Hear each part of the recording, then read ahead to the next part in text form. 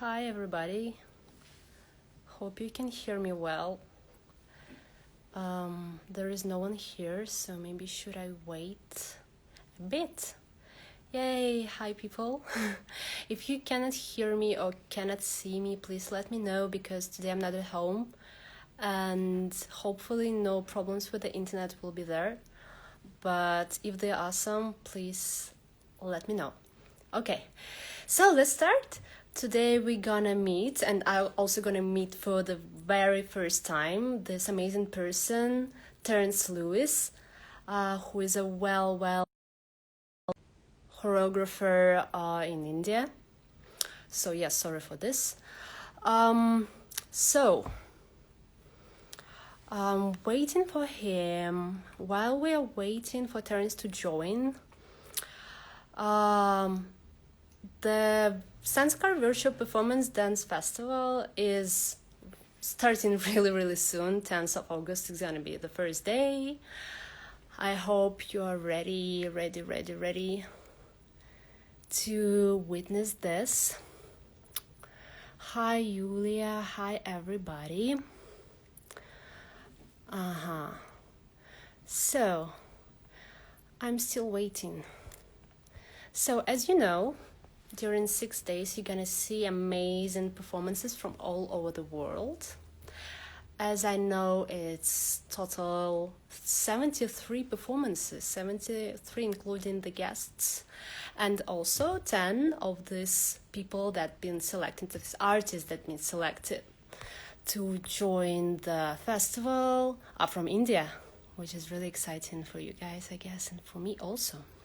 There's a question box and I see something is going on there. Yeah, we're still waiting. Yeah, good. Yes, going back to Sanskar Virtual Performance Festival. As you know, you can support us, the Sanskar team and the artists that are participating in this project by donating.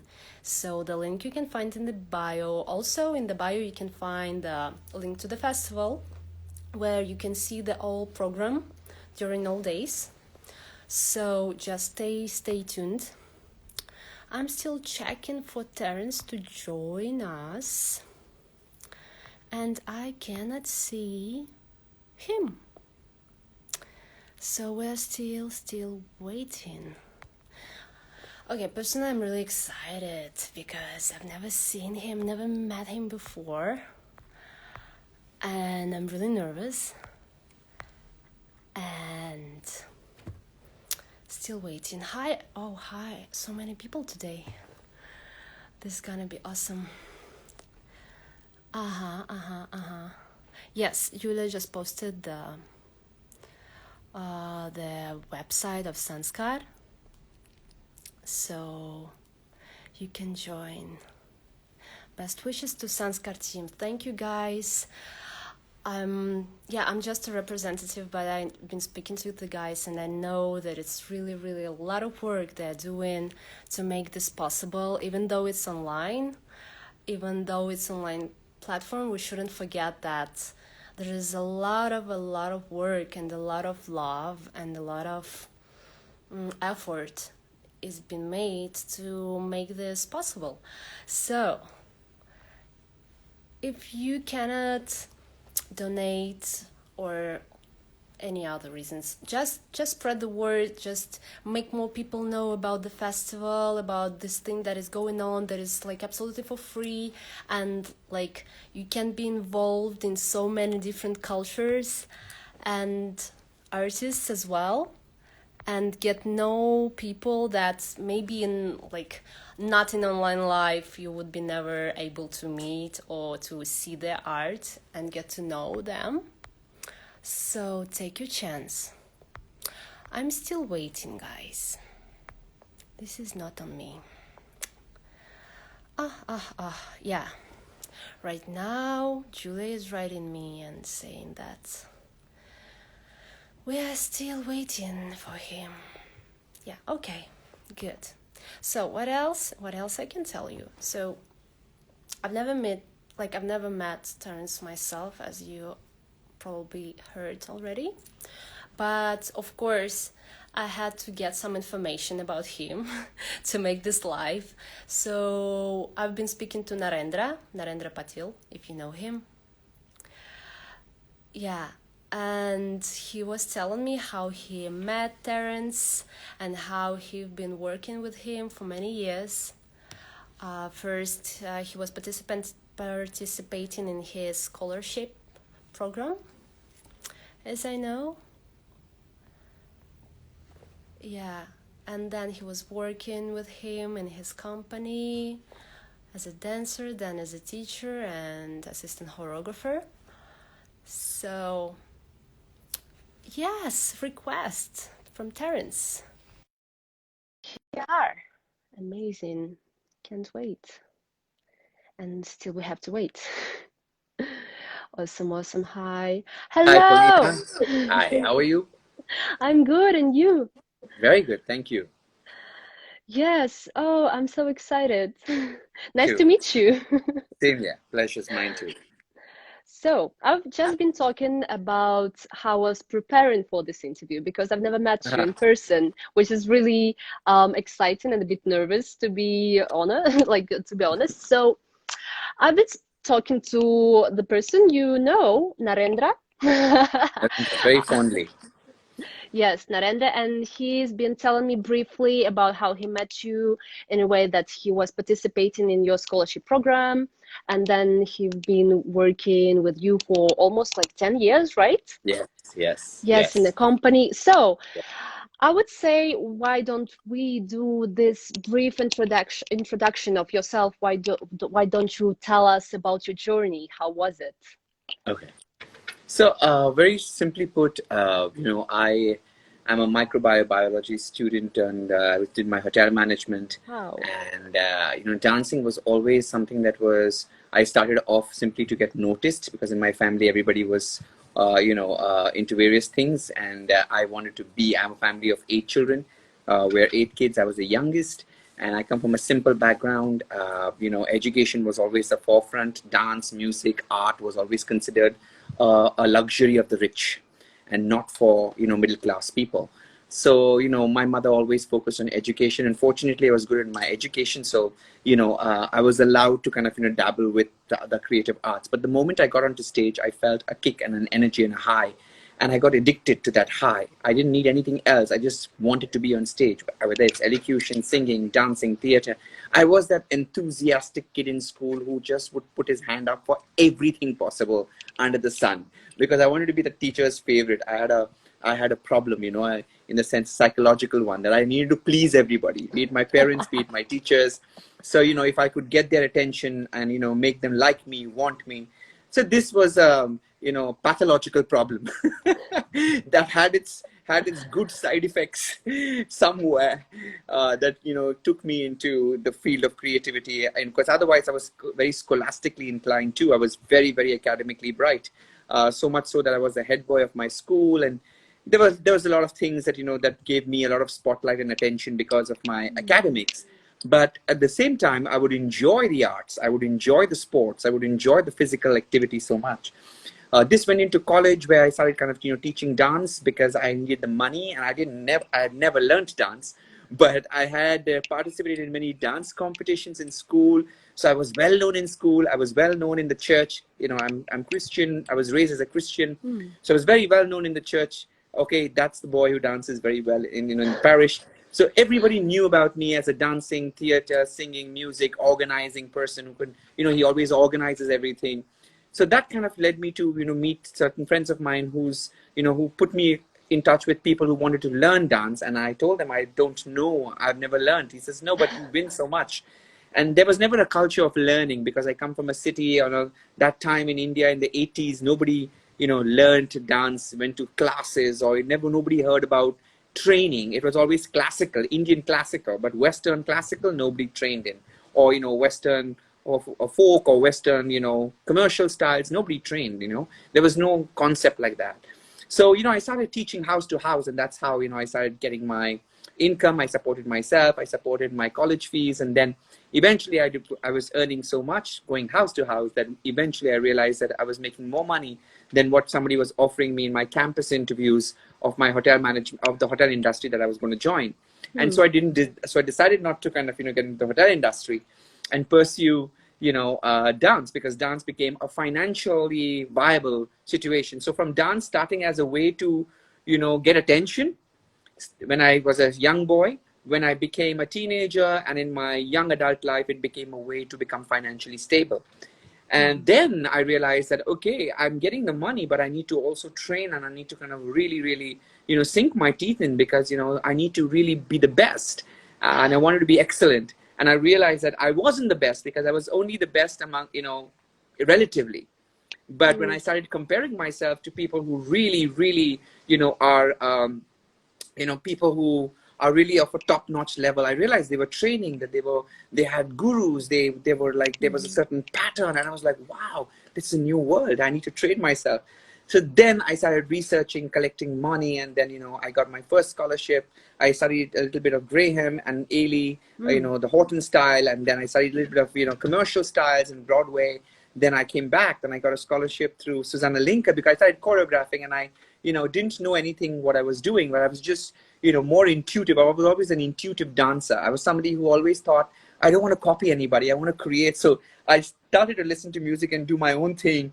And I put up a show, which happened to be seen by a great German choreographer called Susanna Linke from Germany. And she happened to come to Mumbai, and she saw the show, and she was like, you are very interesting, and you're very rough around the edges, but I like your ideas. I like where you're going. Do you know what you're doing? I said, no, it's just my dance. I didn't know what to call it. I said, it's my dance. He says, no, I think you need to know that there is something called contemporary dance. And it seems like you may be really, really, into contemporary dance. And the first time I heard the word, I was like, wow, is that so? And I didn't know that there was a culture of contemporary dance. There was a culture, there were teachers of the 70s, the 80s, the 90s who had developed it, and had become such a big thing, such a big movement of release technique, of, flying low, and all these things were not known to me. It was then that I went to Impulse Dance and I got my first scholarship. And that changed my life. That was a big one. Me and Maruk, my assistant, we were both the first Indians to get a fully funded scholarship to Vienna. And I can never thank, Rio and Susanna Linke and Katrin Simmons, who was the German consulate then, for enabling us to do that, because it exposed me to a whole new world of contemporary dance. And then that information, that training was vital to me, that when I came back, I started, having an institute. And that's when Naren comes into the picture. He was our first batch of students, where we were opening a new institute, a school where we would be teaching contemporary dance, from what I had learned and assimilated. And Naren is the first student of mine from that batch of 2005, where he joined in, and then he became a part of that. So that's how it started. So now it's now 15 years old, the institute, in terms of professional training program. And that's the story. And then one thing led to another. And then very soon people started knowing me as somebody who does contemporary dance and teaches contemporary dance. And then I had a television show where I was asked to choreograph and judge. And that's when I showed a little bit of contemporary dance with Bollywood music. And then people were like, oh, this is contemporary dance. But it was, it was not that contemporary dance was created by me in India. It was always existing.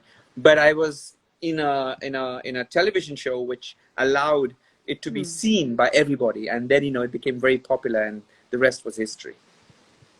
Wow. That's the Wow, journey. this is such a spectacular journey.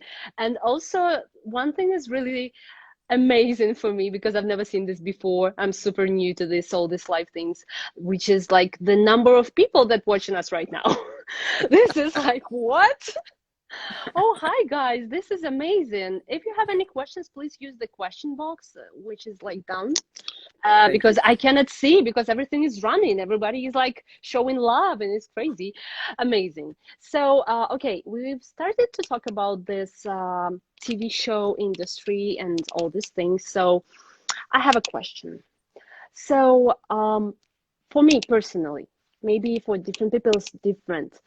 As a being part of contemporary dance scene, we're talking about, like, for example, Russian and European contemporary dance scene, which is Yes. sometimes like, pretty underground-ish in a way. Yes. Yeah. And we also have this world of TV shows, Yes. which also has kind of a contemporary. Is it like two different worlds for you, or like how do you see them connecting or helping each other, or what is the difference for you in these two things, like two terms, like commercial scene Mm, of mm, contemporary dance and mm. contemporary dance scene? Yeah. So I think they have their own, place. Uh, contemporary dance is basically taking certain parts of contemporary dance, but putting it into a narrative which is entertaining, which is generally of a very short duration, where the attention span is very, very, very small. Whereas Mm, true contemporary dance is an art form. So commercial contemporary dance is not really an art form, because for it to be art, it requires you to be able to go beyond. It needs to be profound. It needs to be, intellectually stimulating. There needs to be an intelligence in the way the body is, communicating. And sometimes it doesn't have to be so literal, and it doesn't have to be so, spelled out. Whereas commercial contemporary dance is more like, it's a mix of modern, it's a mix of contemporary, it's a mix of ballet, it's a mix of a little bit of commercial styles that is coming in, and you're packaging it in such a way that it can be palatable for the masses, so that the masses can appreciate this certain aspects of contemporary dance, because there are certain aspects of contemporary dance that are not available to other styles. Like, for example, when you look at ballet and certain modern dance forms, they're still very, very artistic. When you say modern dance and when you see ballet, it's very form based. And then you have contemporary, which is very, where it starts to kind of melt. The body yeah, starts to true. melt. There is a certain kind of a obscurity of the form. And then it again goes back to a nice beautiful shape. So when you see commercial contemporary dancing, you'll always feel that it kind of it's it navigates from the form to the formless, from the pretty to the Hmm. elegant, to being not so elegant. Whereas in contemporary dance, in pure contemporary dance, you will always find that there is no need to be behave like an exhibitionist. There's no need for affirmation. It is very personal dialogue. The body is very well trained, and it takes the emotion to a very deep level. It's a very profound way of, for the artist also, and for the choreographer who's choreographing and wants to create a certain energy. So it is working on an energy form. So contemporary Hmm. dance, pure contemporary dance, or the real contemporary dance, is not working at a form level. It is working at an energy level. So it is not like, for example, in quantum physics language, it is the commercial contemporary is more matter, because it's very form based. It's too sensory. Okay, whereas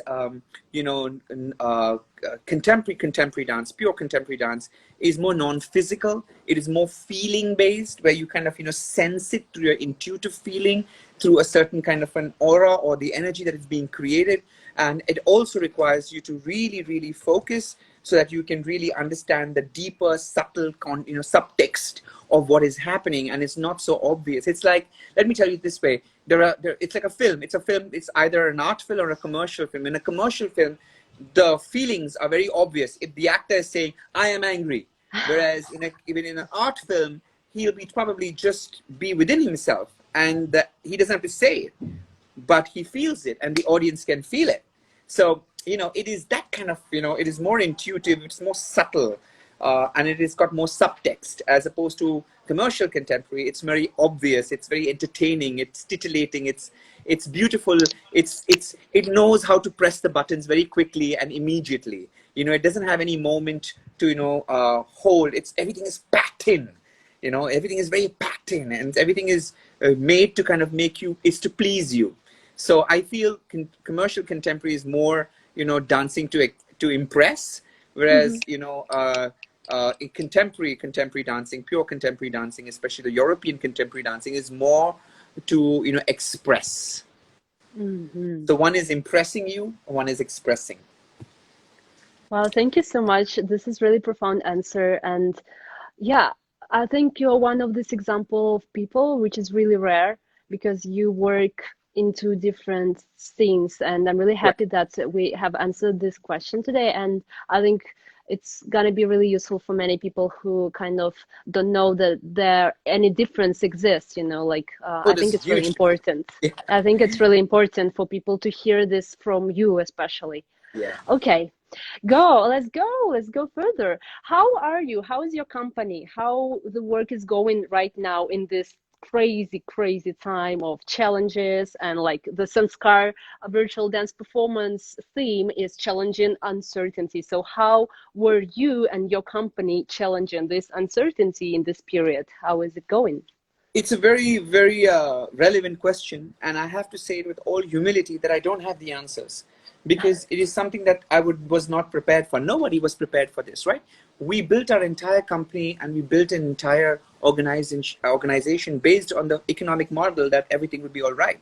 Everything is based on economy, right? Like when your survival for dancers is also based on an economic system, whether it collapses or it's thriving. So right now the economy is surviving, it is not thriving. And when economy is surviving, art always gets pushed down. But there's a paradox. The best art will be coming out from this moment. In fact, when societies thrive, you see art becomes sometimes it sometimes does not evoke that kind of quality of performances. I don't know what it is and I don't know why it is, but I've always seen that whenever human civilization survives, the people somehow are able in that contained environment where they are not given the luxuries, where it's bare bones and essentials, somehow they put out their best works. And when people have too much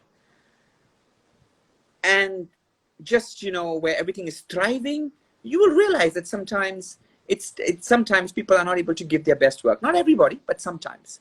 Now answering your question, it's not going to be easy because I had a company which dances and performs commercial work. Some of them also were doing contemporary work, which is called Paradox, where a company's name is called Paradox. Para in Hindi language also means, in Sanskrit, means Mercury. So Ah, it's okay, Paradox. I was playing the English Hindi word. cool. So it is that we have that company that has contemporary and artistic work. And then we have a teaching company where we get money from teaching. Now, those of Oh. you who are from Russia or from the European Eastern Europe or from Europe, you need to realize, if you're listening, that we do not have any support systems for art. So artists are never provided for, especially if you're in the Western or contemporary, art, spheres. Indian classical dance gets a lot of support, gets not a lot, but some support from the government. But Hmm. non-classical people, there's no chance. So we don't get any support. So we have to survive on our own. So how do we do that? We do commercial work. We Yeah. teach. You're doing small performances which are not artistic but are very commercial, and Okay. it's contemporary commercial. So that kind of provides for the company, that kind of provides for the dancers, and that provides for the entire unit. Now that the economic structure is taken away and there's economic crisis, we had to kind of direct all our energies towards teaching, because surviving is going to become only through teaching, because people are going to be not going to be able to pay for performances, not yet. Not saying it not possible, but there is a great chance that we might create a culture online. Honestly, I'm a little bit also wondering how there's a certain magic of seeing somebody live, in person, like Sure. in proximity. Like I come from that culture, and I'm sure you come from that culture too. Sure, So sure. are we going to be able to replace? Are we able to going to replace that? Don't think so. I Hmm. don't think so. We'll be able to replace something that you see live. So live is live. But given the circumstances, maybe we will be able to create something different, something new, a new model of Hmm. of survival and thrival, where you can survive and thrive. Maybe a new model needs to be created. What is that model? I don't have the answers. We're going to create that model as we go. What Naren is doing, what we are doing, we're all right now fishing and seeing and casting our nets and seeing, okay, how does this work? You can either observe other people, or you can do it yourself, or you can just, see patterns and what are the people looking for, because here is an artist and there are people who want to see art. People who want to see art, are they going to be invested in us? Are they going to kind of pay for live performances on camera? What is it that might excite them? What may probably need to be given in that performance on camera which can make them feel, okay, I don't mind paying this much money? I don't know these answers. We will have to figure as we go. Oh yeah, I can definitely reflect on the thing you were talking about, the Indian dancers and making our living, because in Russia we have kind of the same situation. Similar? Okay. Yeah, if you're classical, like into classical Classical things, ballet, then yes. yes, of Otherwise, no. course. Otherwise, no, never. So, I mean, like really rarely, but usually it's just people, who still have this background, who still Correct. been working in ballet or something. Yeah. Yes. So, and yes, this is amazing that we've also covered this topic of this unknown reality which we are Yeah. creating. And of course, one thing is doing, which is super great, but other thing is supporting. So I want to encourage everybody, if you don't know, we have the Support crowdfunding artists. support. Yeah. Yes. And we trying to support artists, even if we're not artists ourselves. I think it's always great because art supports people in any possible way if they just let the art do this work. So okay. And talking about the crowdfunding, I know that you also been maybe you're still an organizer of a festival, the Contemporary Dance We Festival. used to. We used to have one festival a Hmm. few years ago, but we had to, So, discontinue it because, it was hard to maintain the festival without funding. And okay. crowdfunding isn't easy, but, our budgets were also quite high because we're getting people from all around the world, teachers from around the world. So it was not easy. And it required a lot of effort and energy to organize one festival. Hmm. And I'm sure Naren will feel that now. It's not easy to organize a festival. It requires effort, work, all of that. But in one hand, it might just become easy because there are no flights, nobody to take care, everybody has to work from home. Sure. In some ways, it'll be easier. In some ways, it'll be harder to get funding and to make sure everything goes right. So it's going to be a question to know how to kind of get funding, how to approach people, how to approach corporates, how to kind of find barters. Maybe they'll need to do a barter when one dancer will have to kind of go and do a workshop or something for the corporate, so the corporate can give certain amount Oh of yeah. funding to the festival, so that, because for them the festival may mean nothing, but maybe if one of the choreographers can probably do a workshop which is easy for them to do, or somebody can offer something which is of value to them, and then they pay you that money to kind of support the festival. These are Sure. all negotiations that need to come about, because it's going to be a hybrid model. So we will need to create a hybrid model to figure out how to fund, how to get the funding, how to get support, and how to rally this whole thing together.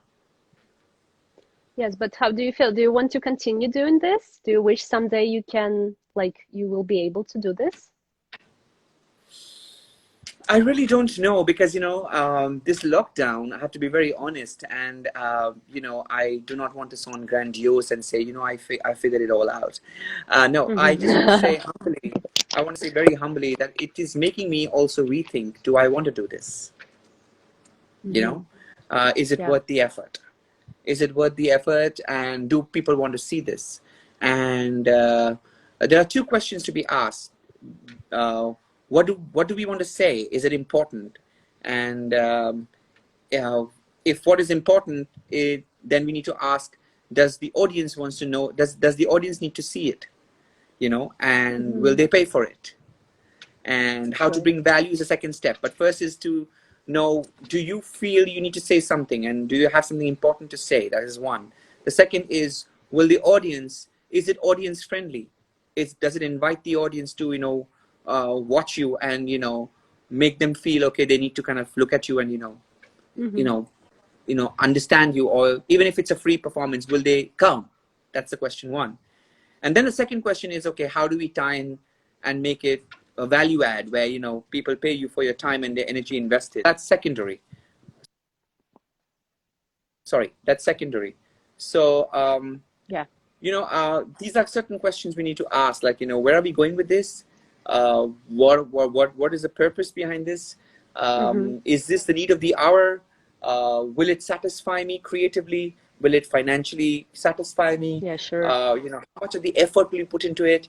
You know, where does this go, and how do I, you know, manage, navigate all of this, where my artistic side, my financial side, my abilities, and how do I make that market come together? It's a lot of, It's a not an easy complex thing. puzzle. It's a complex thing, so it's not an easy answer. Okay. Yeah, but still, I think it's amazing experience though. Yeah, And also definitely. People talking, yeah, should. Yeah, in terms of, you know, the festival that Naren is doing, I think it takes great. Sorry, I'm just going to charge my phone so it doesn't go off. sure, It sure. takes great courage. It takes great courage to do something like this. So I really hats off to Naren for doing this, and, you know, to everybody who's supporting him. It's really, really good that, you know, that's happening, and, you know, there's some way of, you know, connecting. You never know, something might just come out of it. You know, unless you try, you never know. So really, hats off to the fact that this is happening. As I said, I don't know whether he has all the answers too, but maybe the answers may come once you're in the moment. You know. Sure.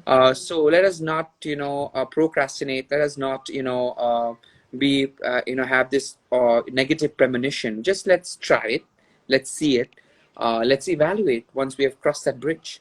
You know, let's do it first to know, you know, how the experience was, and whether then, True. you know, how people can come together and contribute, how agencies can come together, how talents can come together, and how people can find it interesting to watch something, you know, at home, and which can be, you know, so important.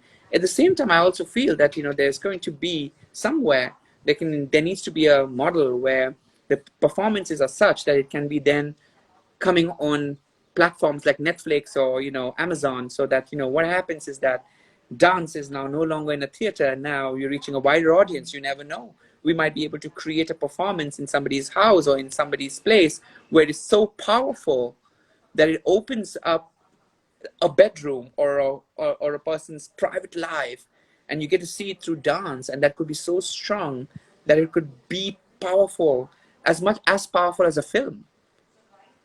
And then, you know, there could be a new world where people know how to shoot this in the confines of their home and make it look like a film, you know, like an experience. And then there could be some value to it, you know.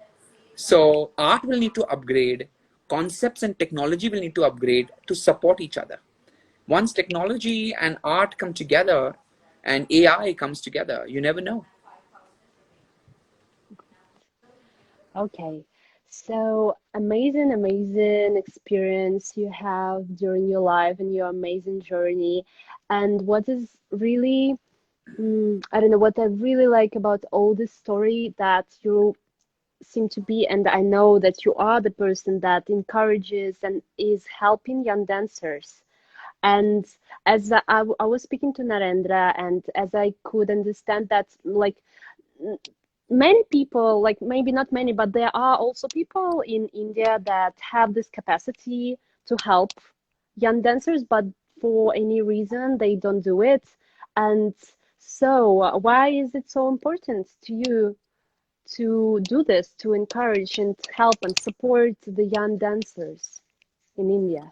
Well, you know, we firstly have a culture of dance in our country, right? I mean, we are so diverse, but every corner you go, you'll realize that the whole world has one classical dance, ballet, Hmm, the whole world. In our country, we have 8 classical dances. Now, crazy. look at the world and look at our country. It's not a big country. We're not China or Canada or America. Geographically, area-wise, we're small. Population-wise, we're big. But what I'm trying to get your attention is that this country has 7 classical dance.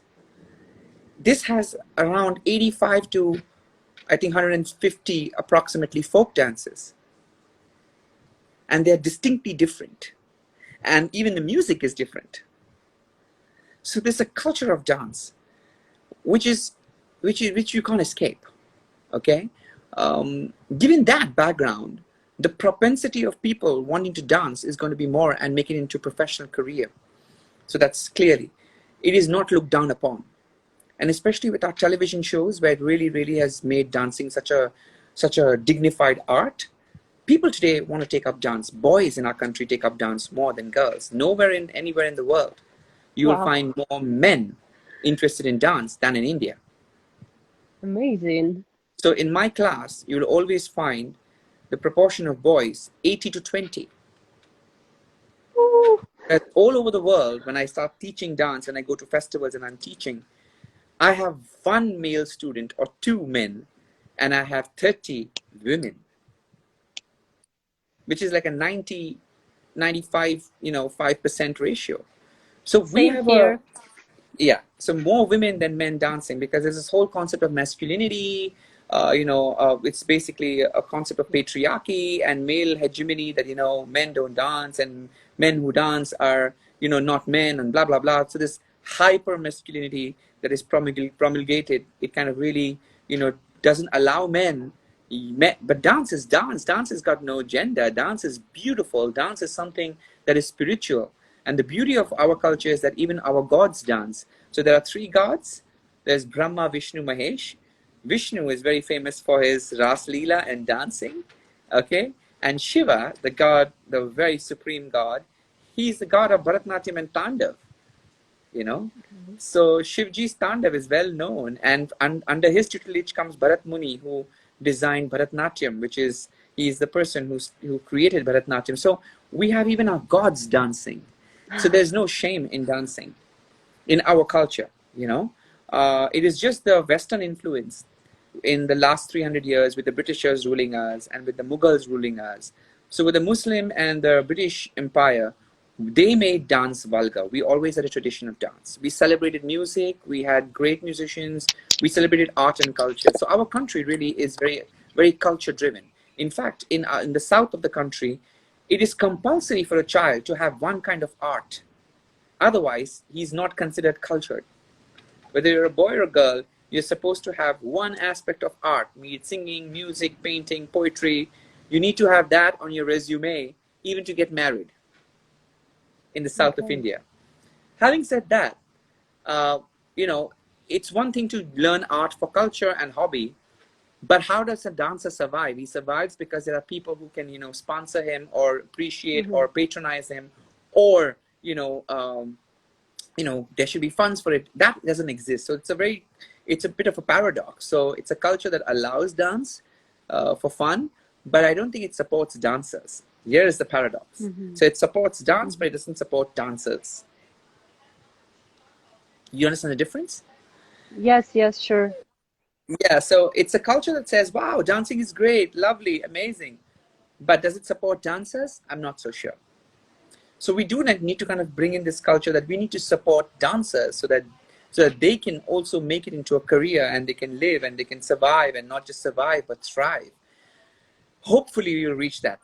Okay, and that is our effort and our goal, that we create awareness, not just for people to dance, but also that dancers need to survive and thrive, and it has to be an industry that is recognized.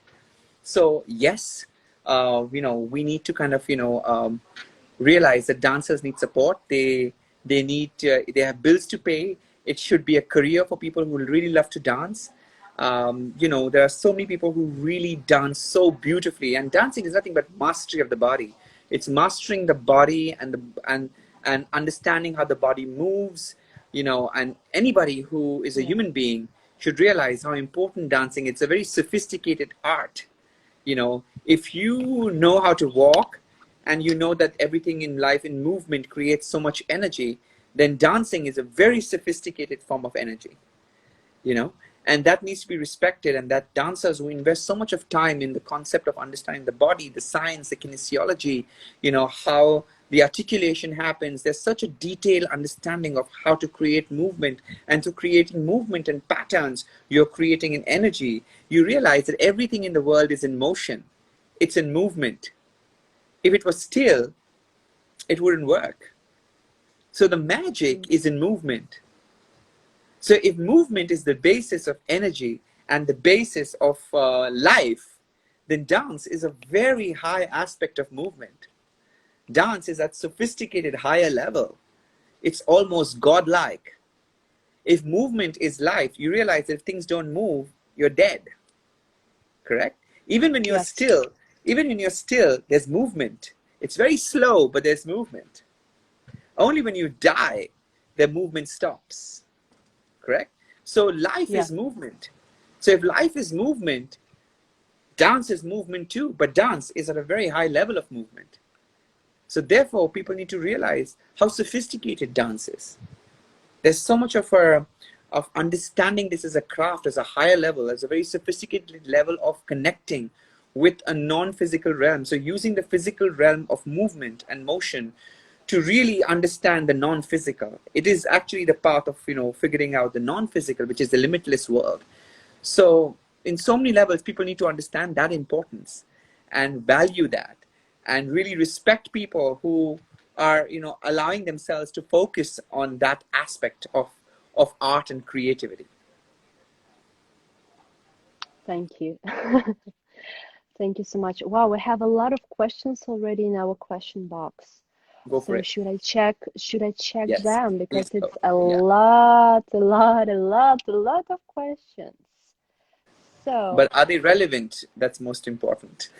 yes, yes, of course, of course. There's a lot of people just saying hi in there and hi people.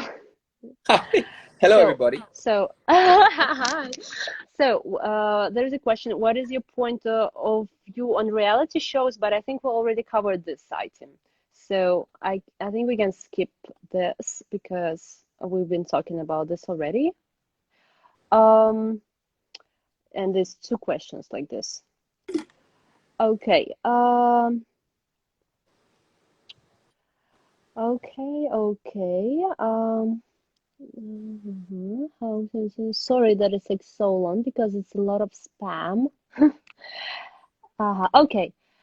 There is a question. How can we make niche festivals more visible, approachable to commercial art audiences? Well, it's a very difficult question because, Yeah, I think so. art is art. It's asking an artist to dumb down his creativity because Hmm. the audience is not educated enough or is lazy to think or lazy to investigate. Now, what do we do with a lazy mind? You know, True. all we can do is educate people. I think it needs to be a movement where people realize that, watching art can really lift your mood, you lift your spirit, but it also can make you, it can provoke you. Art should always provoke.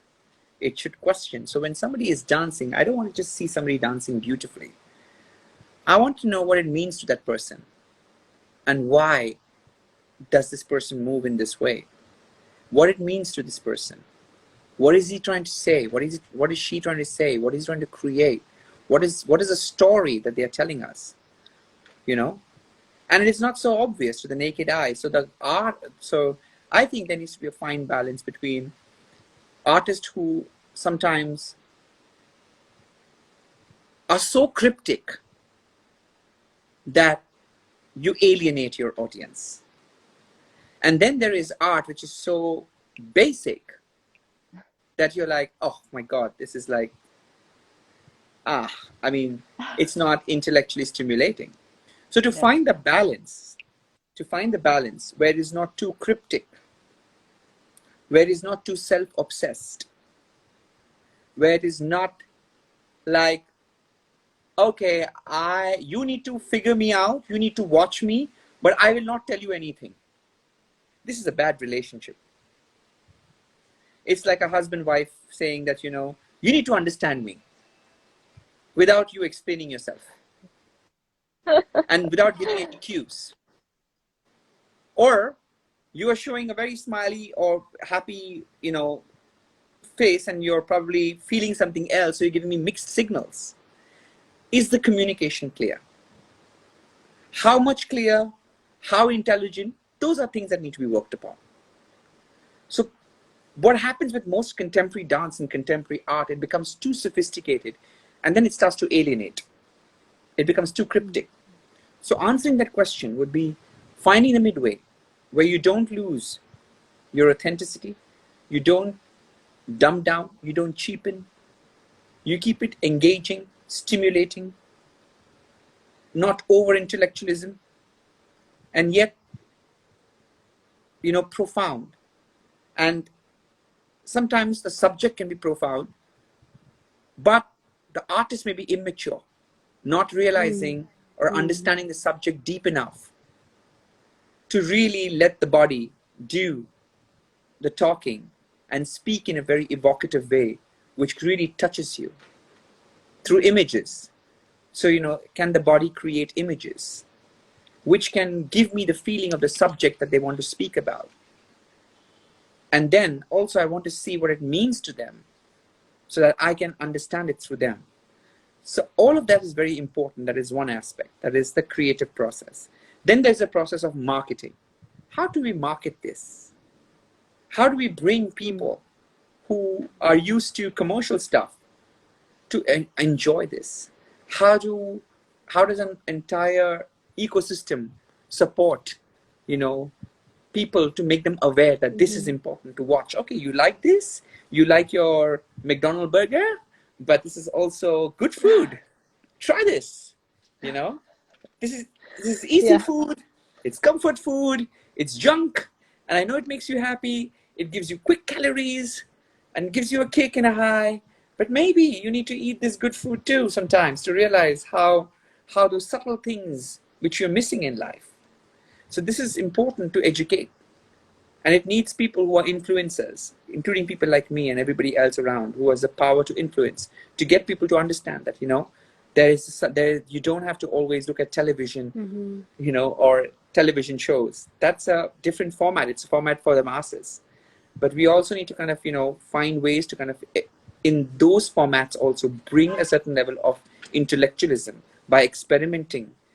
So if there are 10 people who are doing in the show, even in my own talent show, I always encourage people to say, hey, I know many things are very ticking all the boxes, but if you do something that is unconventional, that is a little bit more thought provoking, you'll get an extra mark from me. So when I judge shows, I take that responsibility to encourage newness, Okay. to encourage new thinking. In fact, in my recent show, which I shot last week, Mm. I felt that they were over explaining too much. And I said it first time on television. I said, you have over explained this concept, and now I'm bored. From the very first movement, I got a very clear idea that this was the concept and this was the context. And then you added text and lyrics and words, and you overdid it. And it killed me. It's like, you know, Okay. not needed. Then they came next week and they kept it very subtle. And I said, ah.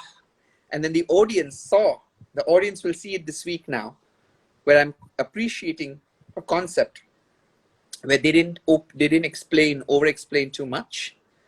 And the choreographer said, sir, I'm sorry, I'm glad that you told me. And now I have taken out Okay. all the over explanation.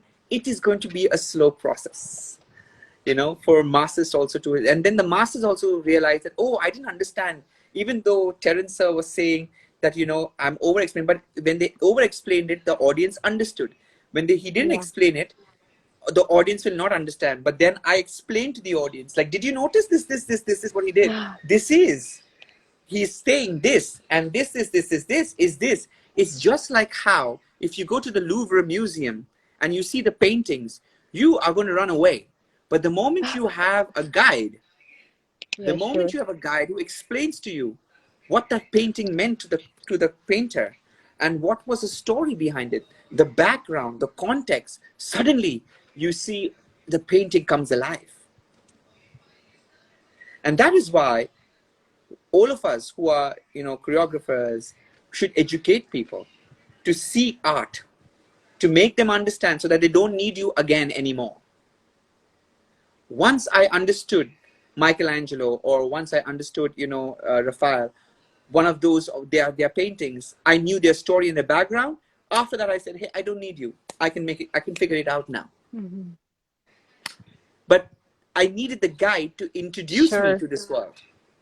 Everybody needs that introduction. So it's sometimes I play that role, sometimes somebody else can play that role. So we need to make efforts. It's going to be a long journey, you know, and It is. hopefully it will change. Television is a very powerful medium. See, television and internet is a very powerful medium to allow people to realize this exists. Otherwise, it's that 200 people coming to see the theater every time, or 500 people coming to the theater, and that's a very limited audience, and that audience hasn't expanded. So we will need to come to the commercial world and show them some stuff, Yeah, to and we will get meet them. people and say, "Hey, look at this too. Enjoy the McDonald's, but now try this. This is like a gourmet meal." Yes, yes, yes. Wow, yes. Thank you for this also. I think many people need to hear these things. I This think is McDonald's is amazing. going to sue me. I hope not. I hope not me. Okay. I don't think they care So, too much. yeah, me neither. Yeah, we're just some people, some human beings for them. Yeah. Okay. So we have only 10 minutes left. Questions are coming. Guys, I'm so sorry. We won't be able to cover all of them. And okay, as well as I can see a lot of Sanskar artists that are already been selected are watching us. Hi, people. Congratulations. To all the Um, Sanskar artists, all the best. yes, great. Thank you. And also, um, why do you think, maybe we've covered this already, but I think it's important to speak in these last minutes on this thing again. Why do festivals like Sanskar, or like I don't know any other festivals like this yet, but how is Sanskar festival is important in today's scenario for people that are watching this and for the artists that are participating in? What can you say about the importance of I, this? I think it's so important because I'm sure the artists that are selected and curated by Naren and his team are people who are noteworthy, who have something very important to say. And sometimes we always look at people, you know, um, great art can be uplifting, can feel like a motivational speech, is sometimes better than a therapist, and sometimes better than your it can heal you, it can create shifts within you, and sometimes not sometimes we always are hearing too much people who talk a lot, be it in a motivational course, or our mentor, or therapist. And sometimes you might look at somebody's art or somebody's moving in a certain way, and it might make you feel something. And in a time where we are emotionally becoming dead, I think it's so important to see something that can make you feel alive. In a time where we are being socially distant, in a time where we are uh, feeling a certain deadness within us, great art and great artists can revive our spirits, can can provoke us, can question us. So people should realize that you don't need to always okay, people need to realize that there needs to be a healthy balance between entertainment, infotainment, Mm. and artainment. I love it. So certain things can be entertaining, simple, casual, funny, ha ha ha ha ha, great.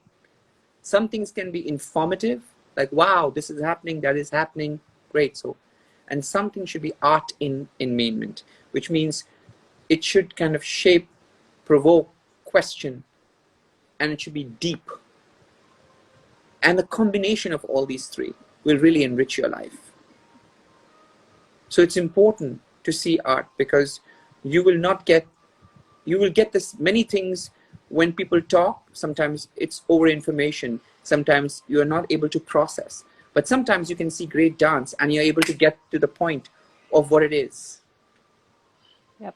And sometimes you can relate to the dancer, sometimes you can relate to the story, sometimes you can relate to the context, sometimes you can relate to the question the piece is raising, and that can be really powerful. So that's one reason. So for their own personal benefit. The other is to realize that if art doesn't exist and only commerce, it will be a very boring world.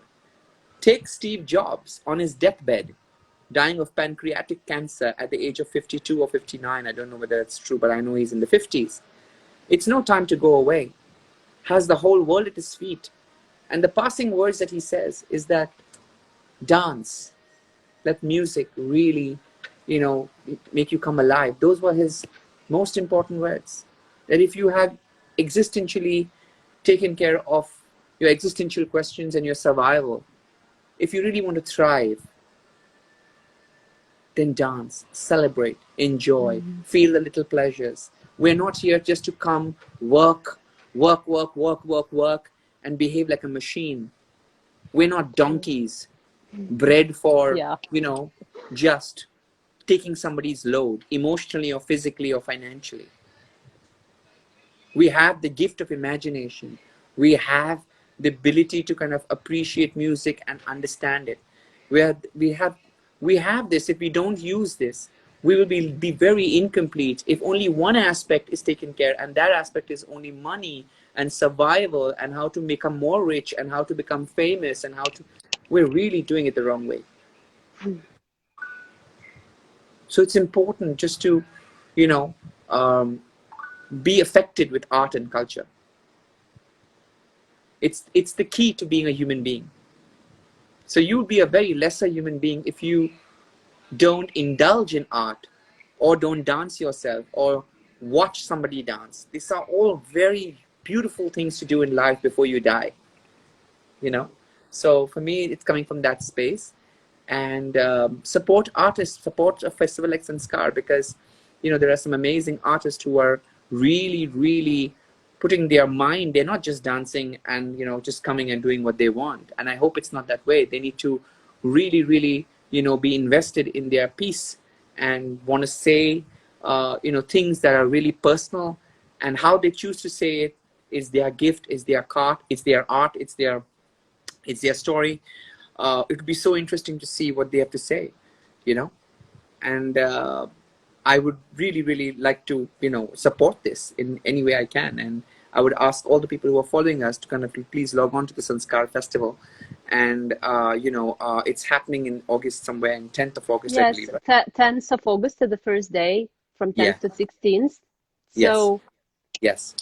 So welcome. please, well, yeah, and it's just a small fee. It's not too much, and I think you'll be surprised. Like, you'll be surprised what you'll get to see, understand, and know. And we are so. I always tell people, do things differently. If you've always been doing something all your time, it's time to do something different. Go see an art. Go see a film. Go walk in the park. Do something different. Because if you're going to do the same thing again and again and again, you're just repeating a same pattern of life. But if you watch something new, if you allow yourself to do something different, if you explore things that you've never done, break your patterns, you will experience different things. So experience Sanskar.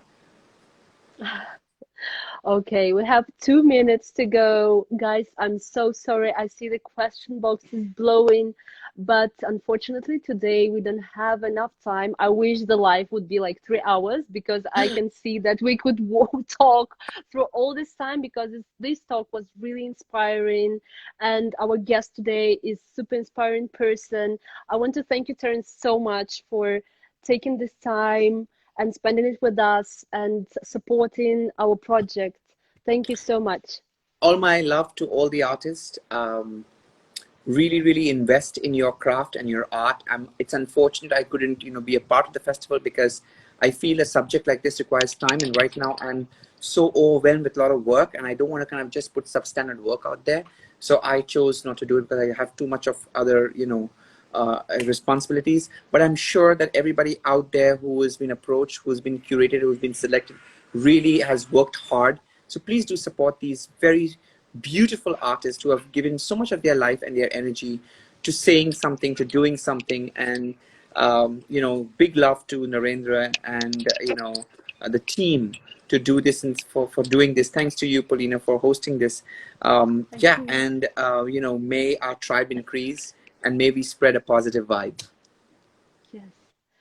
Yes, I'm joining to these all wishes. Thank you guys. Thank you for Bye being bye. with us. You're Thank you. amazing. Love you. We Bye have bye. to cut it off. Thank you. Bye bye.